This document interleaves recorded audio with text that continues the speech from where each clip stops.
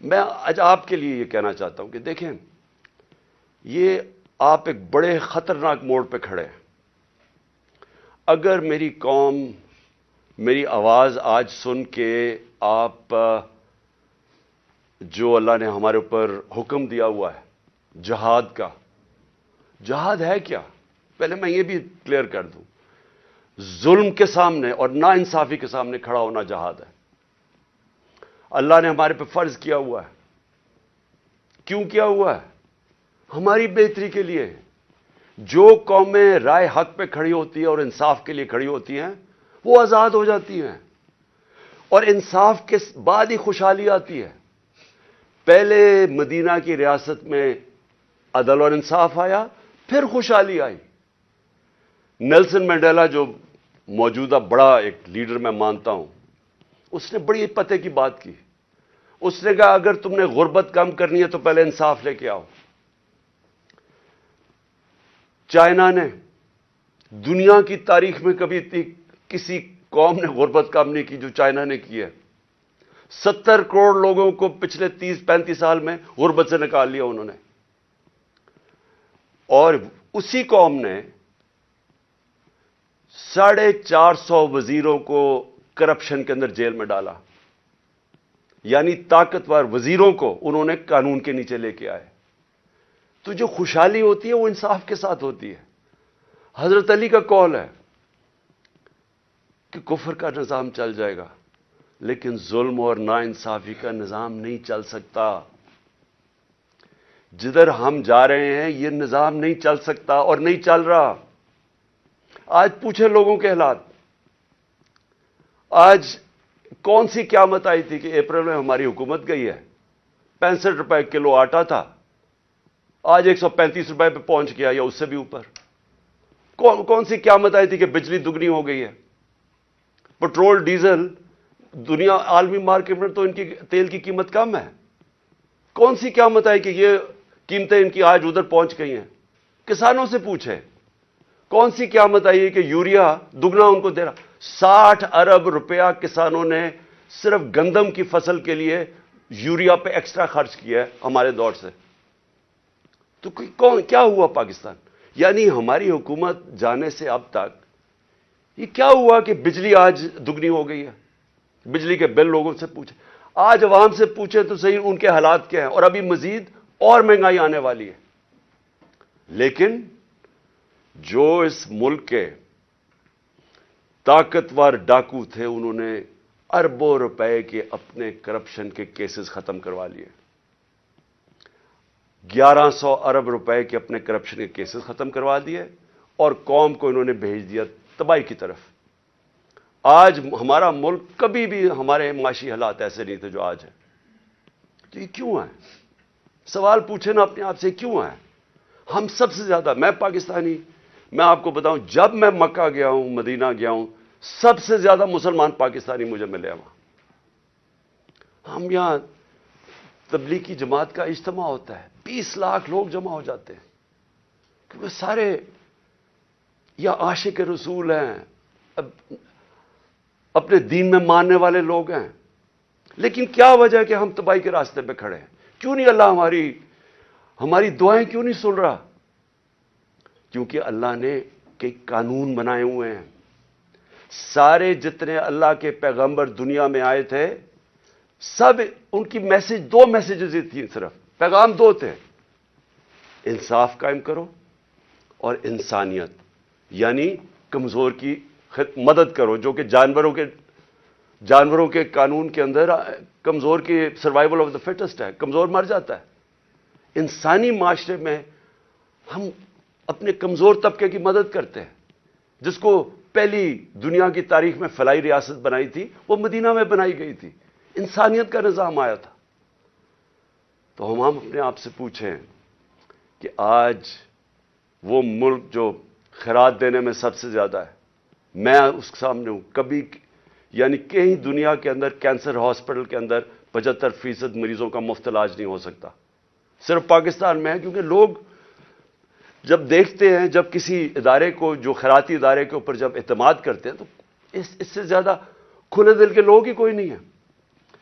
تو ہم وہ قوم ہیں جو ترستی ہے، جس کا نعرہ تھا کہ پاکستان کا مطلب کیا، لا الہ الا اللہ، عظیم نعرے. ہم نے اللہ سے دعویٰ کیا کہ اللہ تیرے سوا ہم کسی کے سامنے نہیں جھکتے، ہم آزاد لوگ ہیں، ہم نے آزادی کا دعویٰ کیا. آج اپنے حالات ہم دیکھیں، نہ ہمارے پاس آزادی ہے، نہ یہاں خوشحالی ہے. غربت بڑھتی جا رہی ہے، دن بدن قیمتیں بڑھتی جا رہی ہیں. تنخواہ دار طبقے سے پوچھیں کہ کیا حالات ہیں ان کے. پوچھیں آج بزنس مین سے، سب دکان، آج فیکٹریاں بند ہو رہی ہیں. پوچھیں آج بزنس، کون سی، کسانوں سے پوچھیں، کسی سے پوچھیں، خاص طور پہ تنخواہ دار طبقے سے آج پوچھیں کہ وہ گزارا کیسے کر رہا ہے. تو کیا وجہ ہے اس کی؟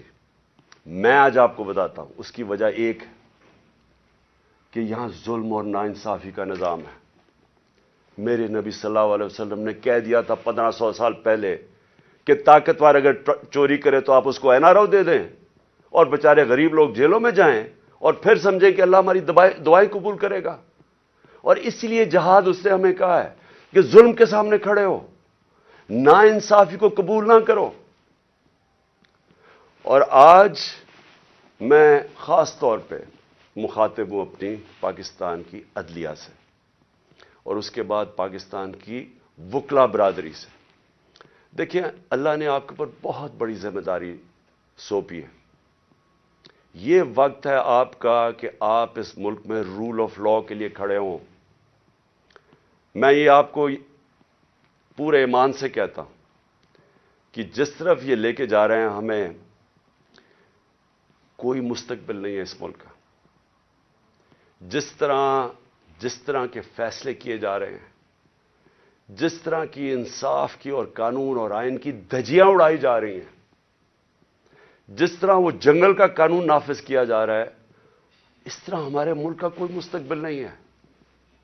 پہلی دفعہ لوگوں کو خوف آنا شروع ہو گیا ہے. لوگ پاکستان سے امید ان کی چلی گئی ہے. 8 لاکھ لوگ ہمارے 7-8 مہینے میں پروفیشنلز، وہ طبقہ جو ایک ملک کی جان ہوتا ہے، وہ چھوڑ کے چلا گیا ہے. باہر لوگ سرمایہ کاری کے لیے نکل گئے ہیں کیونکہ امید جانی شروع ہو گئی ہے. تو اس لیے میں اپنے معزز عدلیہ، اپنے ججز سے اور اپنی وکلا کمیونٹی سے، میں آج آپ سے خاص طور پہ آج اپیل کر رہا ہوں اپنے ملک کی خاطر. میں پھر سے ریپیٹ کرتا ہوں کہ اللہ نے عمران خان کو جو دے دیا ہے، میں اپنی خوابوں میں بھی نہیں سوچتا تھا کہ وہ مجھے اس طرح کی عزت دے گا. اور انسان کیا چاہتا ہے دنیا میں؟ عزت ہی چاہتا ہے. انسان کے تو پیسے بناتا ہے عزت کے لیے، پاور میں آتا ہے عزت کے لیے. تو جب اللہ نے اتنی عزت دے دی ہے تو مجھے اور کیا مل سکتا ہے؟ میں صرف اس وقت آپ سب کے لیے کھڑا ہوں.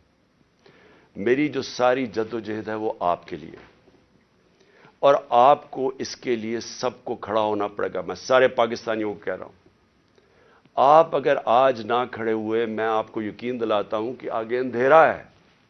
میری آواز کیوں بند کرنے کی کوشش کی جا رہی ہے؟ کیوں وہ پولیس یہ فواد چودھری کو کیوں پکڑا ہے؟ کون سا جرم کیا اس نے؟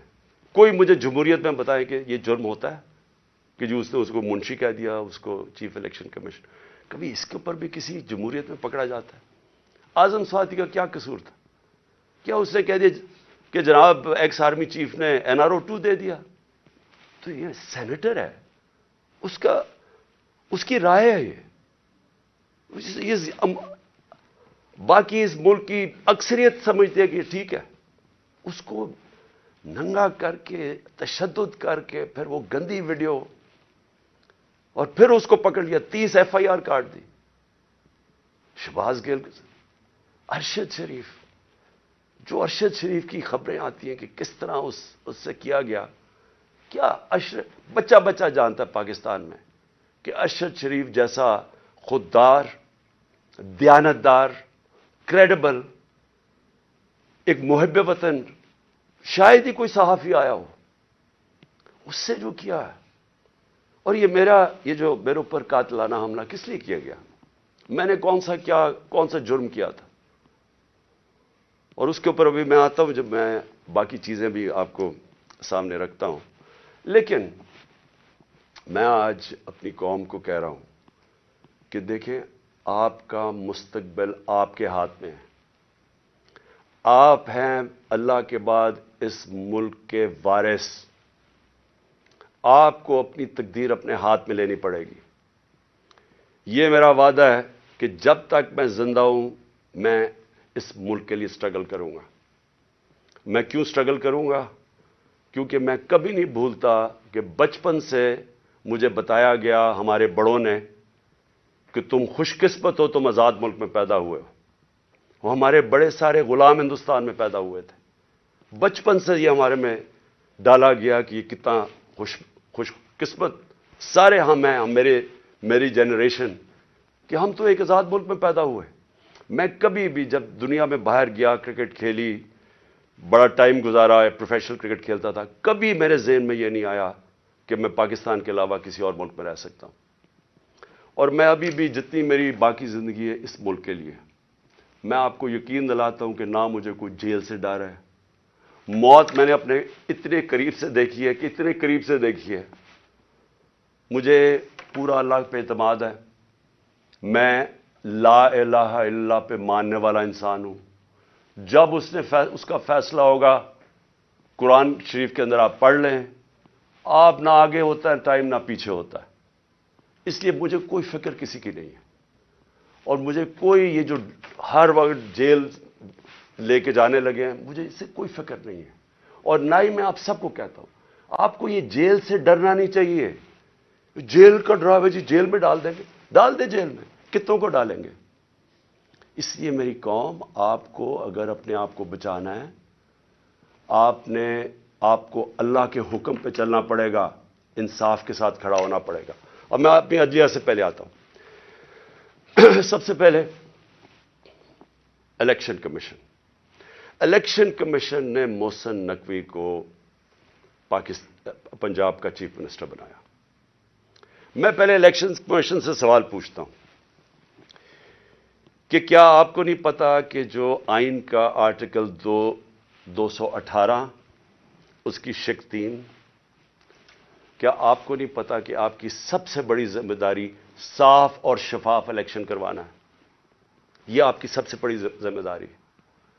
تو مجھے میں سوال یہ پوچھتا ہوں کہ کس بیسس پہ آپ نے محسن نقوی کو چنا؟ باقی نام کس بیسس پہ آپ نے ریجیکٹ کیے؟ جبکہ ہم نے وہ نام چن کے دیے جو ہم سمجھتے تھے کہ نون لیگ ایکسپٹ کر جائے گی ان کو، کیونکہ سکھیرا صاحب اس وقت کیبنٹ سیکرٹری ہیں، شہباز شریف کے کیبنٹ سیکرٹری ہیں. اس سے بعد ناصر کھوسا کا نام دیا جو ان کے پرنسپل سیکرٹری نواز شریف کے رہ چکے ہیں، شہباز شریف کے چیف سیکرٹری. یعنی وہ لوگ جو ان کو ایکسیپٹیبل ہے. ہم نے اپنی طرف سے نیوٹرل امپائر رکھنے کی کوشش کی. تو کس بیسس کے اوپر یہ محسن نقوی کو آپ لے کے آئے؟ کیا آپ اس کے بیک گراؤنڈ کا نہیں پتا تھا؟ یا شاید لگایا اس لیے تھا کیونکہ آپ کو پتا تھا یہ کون ہے؟ کیا یہ نہیں پتا کہ یہ آدمی رجیم چینج جو ہماری گورنمنٹ کرائی گئی ہے اس میں اس نے سب سے بڑا رول اس کا تھا. ایک تو اوپر کا رول تھا نا ایکس آرمی چیف کا، لیکن اس کا اس کے بعد یہ ان چند لوگوں میں سے تھا جو سب سے زیادہ یہ بھاگ دوڑ کی اس نے ہماری حکومت گرانے کے لیے. کیا یہ آصف زرداری کے ساتھ سندھ ہاؤس جدھر پیسے چلے تھے یہ وہاں نہیں تھا؟ کیا آصف زرداری اس کو اپنا بیٹا نہیں کہتا؟ کیا اس کا جو چینل ہے لوگوں کو نہیں پتا اس کی چینل کا کس کے بار بار جو پروپیگنڈا ہمارے اگینسٹ کب سے کر رہا ہے؟ اور پھر سب سے بڑی بات کہ جو آج نیب کے چیئرمین ہیں آفتاب سلطان، نیب کے چیئرمین آفتاب سلطان نے اسی محسن نقوی کے اوپر انویسٹیگیشن کی تھی. یہ انویسٹیگیٹنگ آفیسر تھے اور ان کی ریکمنڈیشن پہ انہوں نے 35 لاکھ روپیہ نیب کو واپس کیا تھا. تو میں الیکشن کمیشن سے پوچھنا چاہتا ہوں کہ کوئی اور آپ کو نہیں ملا کہ صرف چن کے آپ وہ آدمی لے کے آئے ہیں جو کہ ہمارا سب سے خلاف تھا؟ اور اس نے آتے ساتھ ہی کیا کیا؟ یہ جو اب فواد چودھری کا ہوا ہے 3 دفعہ، اور میں جج صاحب کو سلام کرتا ہوں، 3 دفعہ انہوں نے کہا کہ فواد چودھری کو طلب کیا عدالت میں، اور تینوں دفعہ نہیں اس عدالت میں پریزنٹ کیا گیا. تو کیا یہ محسن نقوی یہ اس کی پہلی آتے ساتھ ہی اس نے اپنے کارنامے دکھا دیے ہیں. اس کے بعد اس نے جو اس نے اپوائنٹمنٹس کی ہیں, کیا یہ فری اینڈ فیئر الیکشن ہو رہا ہے کہ سارے وہ پولیس آفیسر جنہوں نے ہمارے اوپر تشدد کیا تھا 25 مئی کو, ان ساروں کو واپس لے آیا؟ ایڈوکیٹ جنرل آفس کے اندر وہ سارے لوگ جو کہ حمزہ شریف کے دوران تھے ان کو واپس لے آیا؟ کیا یہ صاف اور شفاف الیکشن کی تیاری ہو رہی ہے؟ کیا اس کو کہتے ہیں a neutral caretaker setup? Caretaker setup کا تو مطلب ہی یہ تھا کہ ایک نیوٹرل امپائر آئے گا. کیا یہ نیوٹرل امپائر ہے؟ اور ابھی سے ہی پولیس نے ہراساں شروع کر دیا ہے ہمارے ورکرز کے اوپر. 1-2 گرفتاریاں شروع ہوگی اور پلان بن گیا پکڑنے کا. اور یہ جو فواد چودھری کا ہوا ہے تو یہ ابھی سے ہی پورا پری پلان بنا ہوا ہے. یہ صاف اور شفاف الیکشن کروانے کے لیے محسن نقوی نہیں آیا, یہ وہ کرنے آیا جو میں نے پہلے بھی کہا تھا, جو آصف زرداری نے الیکشن کروایا ابھی کراچی کے اندر, کہ ووٹ بینک ہے نہیں پیپلز پارٹی کا اور پیپلز پارٹی جیت جاتی ہے کراچی سے. تو یہ الیکشن نہیں ہو رہا, یہ ایک پلان, ایک کانسپریسی کے تحت اس کو رکھا گیا.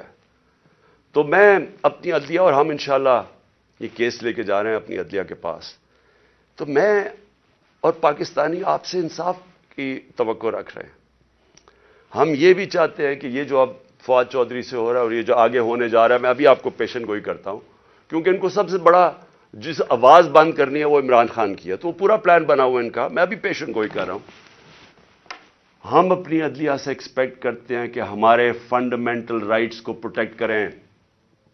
یہ تاریخ وہ ہونے لگی ہے, اگر ہماری عدلیہ نہ کھڑی ہوئی تو یاد رکھیں آج تک جسٹس منیر کو کسی تاریخ نہیں بھول سکی. وہ بڑے قابل آدمی تھے, لیکن ایک جگہ جدھر انہوں نے آئین اور قانون کے ساتھ کھڑا ہونا تھا وہ طاقتور کے ساتھ کھڑے ہو گئے. اس ملک نے بھاری قیمت ادا کی ہے اس کی, اور اس کے بعد قیمت ادا کرتے گئے. اس وقت قوم آپ سے ایکسپیکٹ کر رہی ہے, موزز ججز, قوم آپ سے ایکسپیکٹ کر رہی ہے کہ ہمارے حقوق کی حفاظت کریں, ہماری جمہوریت کو بچائیں. یہ جو اب تباہی مچنے لگی ہے ہماری جمہوریت کے اوپر اور جو ہو رہا ہے اور جو رجیم چینج کے بعد ہوا ہے, میں آپ کو یقین دلاتا ہوں کہ میں مشرف کے مارشل لاء میں اپوزیشن میں تھا. 8 دن مجھے جیل میں ڈالا, تب بھی میں نے کبھی اس طرح کا ظلم, فیشزم, اس طرح کی میں نے کبھی ایک سٹیٹ کو اپریس کرتے ہوئے میڈیا کے لوگوں کو, ہمارے ورکرز کو, میں نے کبھی ایسے نہیں دیکھا جو آج میں دیکھ رہا ہوں پاکستان کے اندر. تو اور مجھے افسوس سے کہنا پڑتا ہے کہ ہماری عدلیہ نے ہمارے فنڈامنٹل رائٹس کی حفاظت نہیں کی. اگر کی ہوتی تو آج وہی جو 25 مئی والے وہ آفیسرز جنہوں نے تشدد کیا تھا, 3 بجے رات کے لوگوں کے گھروں میں گھس کے انہوں نے لوگوں کو پکڑ کے جیلوں میں لے کے گئے تھے, ظلم کیا تھا, لوگوں کو امبیرس کیا تھا. آرٹیکل 14 کانسٹیٹیوشن کا ہماری ڈگنیٹی, ہماری عزت پروٹیکٹ کرتا ہے. انہوں نے سارے لوگوں کو نہ چادر اور چار دیواری کا سوچا, نہ قانون کا سوچا, ظلم کیا. وہ آج آفیسر پھر واپس آ گئے. ہمارے پاس سوائے عدلیہ کے جانے کا کون سا راستہ ہے؟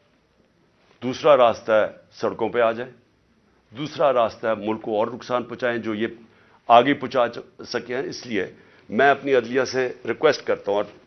اور پھر میں ذرا 2-3 اور چیزیں بتا دوں.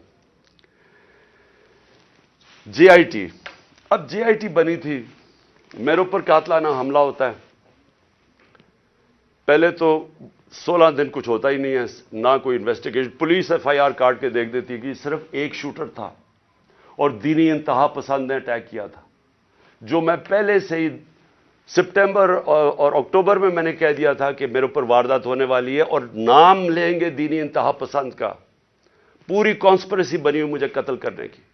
میں پہلے کہہ بیٹھا تھا, مجھے پتا بھی تھا اس کے پیچھے کون ہے, اور میں نے ان کے جیسے ہی ہوا میں نے ان کے نام لیے. اپنی حکومت ہوتے ہوئے, پنجاب پولیس ہمارے نیچے ہوتے ہوئے میں اپنی ایف آئی آر نہیں کٹوا سکا. اور مجھے پتا ہے میں کیوں نہیں کٹوا سکا, کیونکہ دوسری طرف طاقتور لوگ تھے اور ہماری ملک کی تاریخ ہے کہ جب طاقتور کا کمزور سے مقابلہ ہوتا ہے تو انصاف نہیں ہوتا. تو لیکن جو جے آئی ٹی کی رپورٹ ہے یہ ذرا سننے والی چیزیں ہیں. اور پھر کیسے اس جے آئی ٹی کو آپ آتے ساتھ ہی حکومت نے پہلی چیز کی ہے جے آئی ٹی بند کی ہے. یہ کس قانون کے تحت کی ہے؟ جے آئی ٹی تو پنجاب کی جے آئی ٹی تھی. فیڈرل گورنمنٹ تو جے آئی ٹی نہیں بنا سکتی. اور جے آئی ٹی کی فائنڈنگز، جو فائنڈنگز سامنے آئی ہیں ذرا یہ سن لیں، اس کی وجہ سے یہ بند کی گئی ہے. میں ذرا آپ کو بتانا چاہتا ہوں ساری قوم کو کہ میرے اوپر جو حملہ ہوا تھا جب انہوں نے ایف آئی آر کٹائی پولیس نے، میری نہیں کاٹی، انہوں نے کہا تھا ایک شوٹر ہے. ذرا آپ یہ سنیں، اب تک جے آئی ٹی نے جو عدالت میں جو رکھ چکی ہے، جو عدالت میں چیزیں رکھ چکی ہیں وہ ذرا سنیں. سب سے پہلے انہوں نے یہ کہا جو کہ ڈی پی او گجرات تھا غضنفر حسین اور ایس ایس پی ندیم حسین جو سی ٹی ڈی لاہور تھا، دونوں پنجاب گورنمنٹ کے نیچے تھے. ان دونوں نے آڈیو یعنی ٹیپس کی، اس کی وہ جو شوٹر تھا اس لڑکے کی انہوں نے ٹیپس بنائی. اور جب اس کی ٹیپس بنائی تو جب جے آئی ٹی نے مانگا ان سے ان کا موبائل فون، اور جب جے آئی ٹی نے ان کو بلایا ان دونوں کو، انہوں نے صاف انکار کر دیا کہ ہم جے آئی ٹی میں نہیں آتے. کون تھا ان کے پیچھے جو اتنا طاقتور تھا اور جس کو خوف تھا کہ کہیں جے آئی ٹی میں سچ نہ نکلا ہے؟ ان کو روک دیا. پھر ذرا آگے چلیں. اس کے بعد جب جو سیکنڈ جو دوسری ویڈیو بن رہی تھی، وہ نوید جو شوٹر تھا اس کی سی ٹی ڈی میں جب اس کی جو ویڈیو بن رہی تھی، اب ذرا یہ سنیں. رپورٹ لکھتی ہے جے آئی ٹی کے 4 سے 5 جو نامعلوم لوگ وہاں موجود تھے. وہ کون تھے؟ پولیس سی ٹی ڈی کے اندر اس کی بنایا جا رہا ہے اس کا سیکنڈ ویڈیو، اور وہ بھی اس کی کون سا قانون اجازت دیتا ہے کہ پولیس ویڈیوز بنا کے ریلیز کرتی رہے میڈیا کو؟ لیکن وہاں جو سب سے زیادہ چیز ہے 4 اور 5 وہ جے آئی ٹی کہتی ہے نامعلوم لوگ وہاں بیٹھے ہوئے تھے. یہ کون تھے؟ پھر اسٹیبلش ہو جاتا ہے 3 طریقوں سے. آئی وٹنسز جو گواہ دیکھتے ہیں وہ شوٹر کو 3، ایک فورینزک کے ذریعے، اور ایک پھر فورینزک کے ذریعے یعنی کہ جو خول ملے تھے ان کی گولیوں کے، وہ 3 جگہ سے ملے.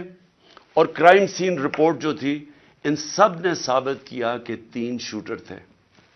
یعنی جو انہوں نے رپورٹ بنائی تھی کہ صرف ایک دینی انتہا پسند نے قتل کرنے کی کوشش کی، اس کو سب کو رد کر دیا. اس لیے یہ آتے ساتھ ہی انہوں نے جے آئی ٹی بند کی، کیونکہ میں نے نام تو ایک شہباز شریف کو رانا ثناء اللہ کا لیا ہوا ہے، اور وہی بیٹھے ہوئے ہیں فیڈرل گورنمنٹ میں، اور انہوں نے آ کے انہی کے نیچے اب جے آئی ٹی بنے گی. اس لیے میں نے پہلے دن کہا تھا کہ چیف جسٹس صاحب آپ کے نیچے اگر انکوائری ہوگی تو شاید انصاف ملے. ان کے ہوتے ہوئے، اور وہ جو ایجنسی کا آفیسر ہے ڈرٹی ہیری، مجھے کوئی امید انصاف کی نہیں تھی. اور وہ آپ ذرا دیکھیں کہ جو اس جے آئی ٹی نے جو چیزیں بھی نکالی اس کے اوپر بھی ذرا دیکھیں کہ انہوں نے کس طرح اس کو بند کرنے کی کوشش کی.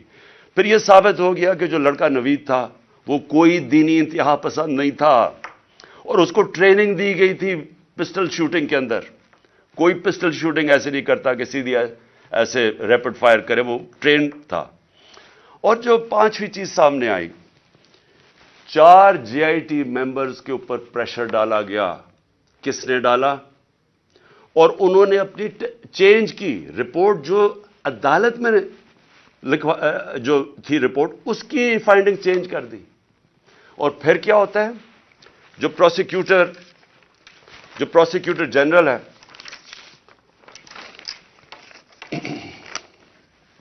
جو انڈیپینڈنٹ انکوائری کرتا ہے ان 4 لوگوں کے اوپر جو اپنے چینج کرتے ہیں رپورٹ، یہ جو 4 جے آئی ٹی ممبرز اپنی رپورٹ چینج کرتے ہیں، انڈیپینڈنٹ انکوائری کنڈکٹ کی جاتی ہے پروسیکیوٹر جنرل آف پاکستان. وہ ان کے اوپر انڈیپینڈنٹ انکوائری کنڈکٹ کرتا ہے، اور وہ کنفرم کرتا ہے، prosecutor general of Pakistan confirm کرتا ہے کہ انہوں نے اپنی غلط ٹیسٹ اپنی بدلی.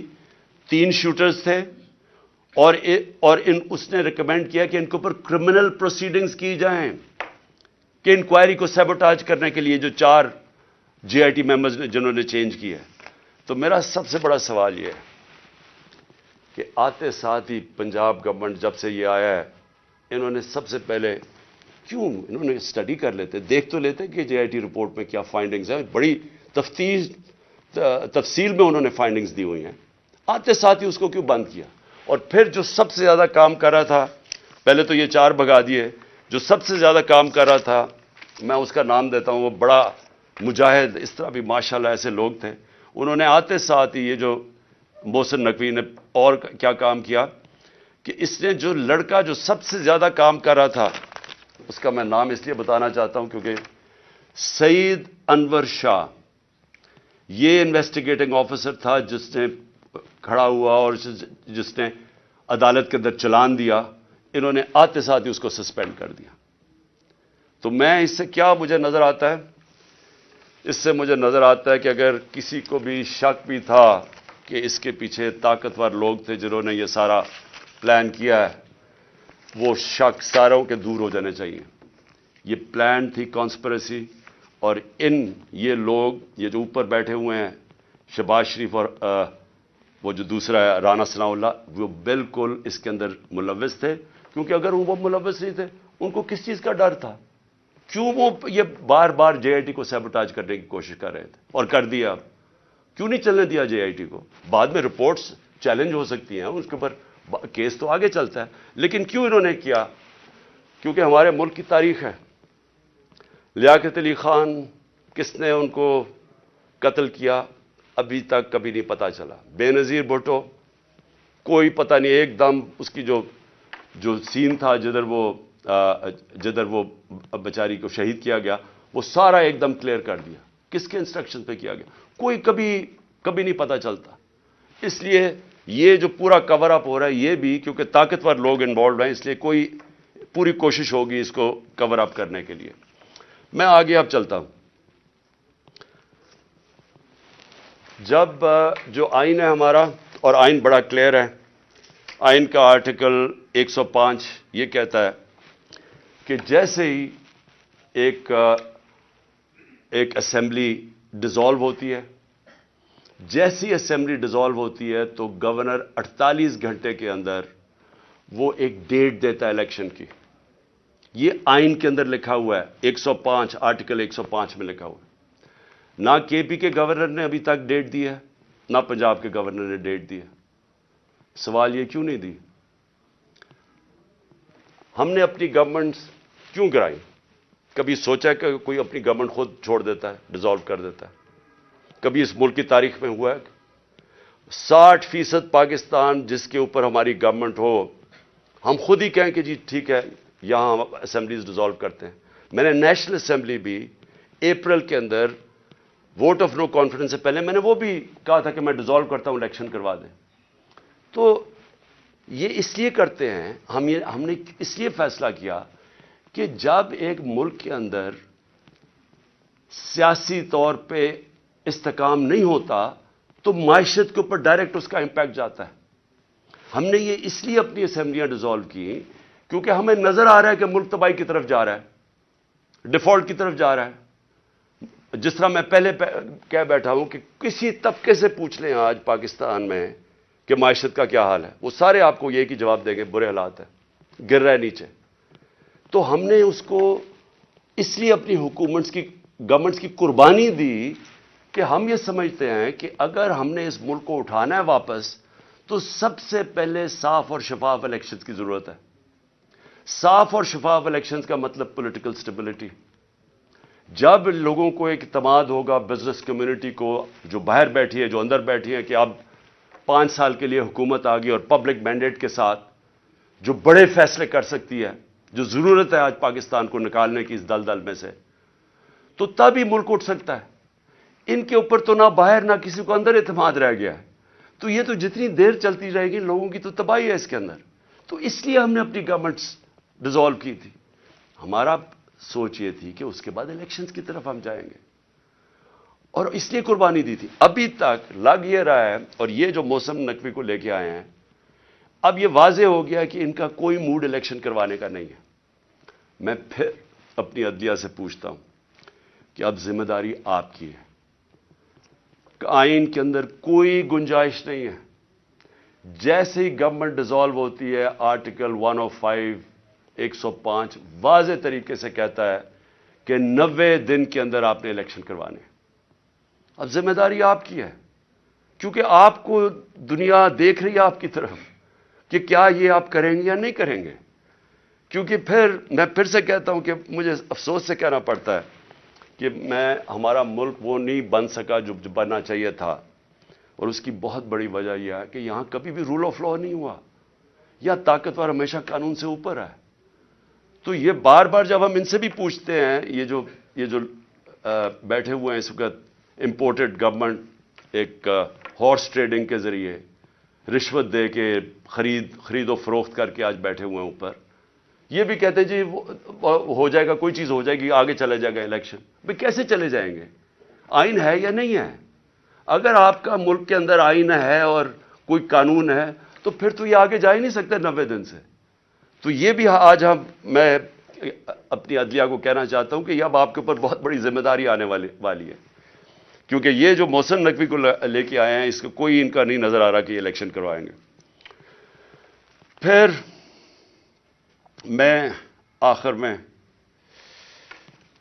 میں اپنی قوم سے بس یہ بات کر کے اپنی بات ختم کرتا ہوں کہ دیکھیں، میں جس طرح شروع کیا تھا کہ اللہ میرے پہ بڑا مہربان رہا ہے، میں اس کا شکر ادا جتنا بھی کروں کم ہے کہ مجھے تو اس ملک میں جو آپ نے عزت دی وہ کسی کو دی نہیں پہلے.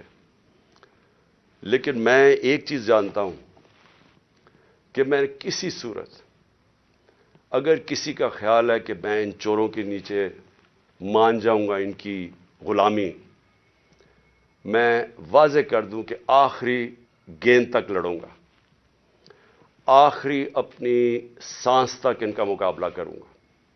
کوئی مجھے نہ جیل اور نہ یہ جو ڈراتے رہتے کوئی فکر نہیں ہے. اللہ نے ایمان دیا ہے، ایمان کی قوت دی ہے، اور سب سے بڑی قرآن کی آیت ہے کہ جو لوگ ایمان لے آئے اللہ ان کے خوف دور کر دیتا ہے، ان کو آزاد کر دیتا ہے. میں ایک آزاد انسان ہوں، میں کبھی غلامی کسی کی نہیں مانتا. میں لا الہ الا اللہ میرے دل میں ہے. میں نے اللہ کے سامنے دعویٰ کیا ہوا کہ اللہ تیرے سوا کوئی خدا نہیں ہے. کوئی خوف کے بت کی میں پوجا کرتا نہیں، اور نہ آپ کو کرنی چاہیے. کیونکہ میں ایک مثال دیتا ہوں ہمیشہ لوگوں کو، کیونکہ اسلام کی تاریخ آپ پڑھیں تو جو سب سے دردناک اور تکلیف دہ واقعہ وہ ایک ہی ہے. جس طرح حضرت امام حسین کی شہادت ہوئی، اور میں ہمیشہ یاد کراتا ہوں لوگوں کو کہ کوفہ کے لوگوں کو انہوں نے تو بلکہ دعوت دی تھی امام حسین کو، ان کو پتا تھا وہ رائے حق پہ ہے، ان کو پتا تھا کوفہ کے لوگوں کو. لیکن یزید کے خوف کے ظلم کے خوف کی وجہ سے انہوں نے اتنا بڑا سانیہ ہونے دیا اسلام میں. آپ بھی یہ خوف کا بت توڑ دیں، میری طرح آزاد ہو جائیں اور کسی صورت ان کو نہ قبول کریں. مجھے جو صرف ایک افسوس ہے کہ میں جب سیاست شروع کی تھی 26 سال پہلے تو میں یہ سمجھتا تھا کہ دو طرح کے طبقے پاکستان میں ہیں. ایک وہ طبقہ ہے چھوٹا سا جو اس ملک کا پیسہ چوری کر کے باہر لے جاتا ہے، ان کے پاس اربوں ڈالر باہر پڑے ہیں، بڑے بڑے پراپرٹیز، مے فیئر سب سے مہنگے علاقے میں لنڈن میں پراپرٹی ہے، بیٹا ون ہائیڈ پارک وہ سب سے مہنگا علاقہ ہے، آف شور اکاؤنٹس میں ان کے پیسے پڑے ہوئے ہیں. تو ان کو تو پاکستان نیچے جاتا ہے، ان کو کیا ہوگا؟ جب مشکل پڑتی ہے جہاز پکڑ کے باہر چلے جاتے ہیں. تو ایک ایسا طبقہ چھوٹا سا بیٹھا ہوا ہے، ہر وقت پیسہ اس ملک سے چوری کر کے باہر لے جاتا ہے. ٹیکس بزنس مین ہے، ٹیکس چوری کیا وہ باہر. ریل اسٹیٹ کے اندر بیٹھے ہوئے لوگ جیسی پیسہ بنتا ہے حوالے ہنڈی سے پیسہ باہر. تو ان کو کوئی تکلیف نہیں ہے کہ پاکستان نیچے جاتا یا نہیں. ان کو تکلیف نہیں ہے کہ ہم غلامی کریں، کبھی کسی کی غلامی جو آج تک کرتے آئے ہیں ان کو فکر نہیں ہے، کیونکہ ان کا سٹیک پاکستان میں نہیں ہے. اور اس لیے میں ان کے خلاف نکلا تھا آج سے 26 سال پہلے، اور اس لیے جب تک میرے میں سانس ہے میں ان کا مقابلہ کروں گا. لیکن ایک دوسرا طبقہ جن کا جینا مرنا پاکستان میں وہ اکثریت اس ملک کی عوام ہے، اور اس ملک کے وہ ادارے ہیں، وہ ادارہ جس کو پتا ہے کہ اگر یہ ملک کی معیشت نیچے جاتی ہے تو سب سے پہلے نقصان اس ادارے کا ہے۔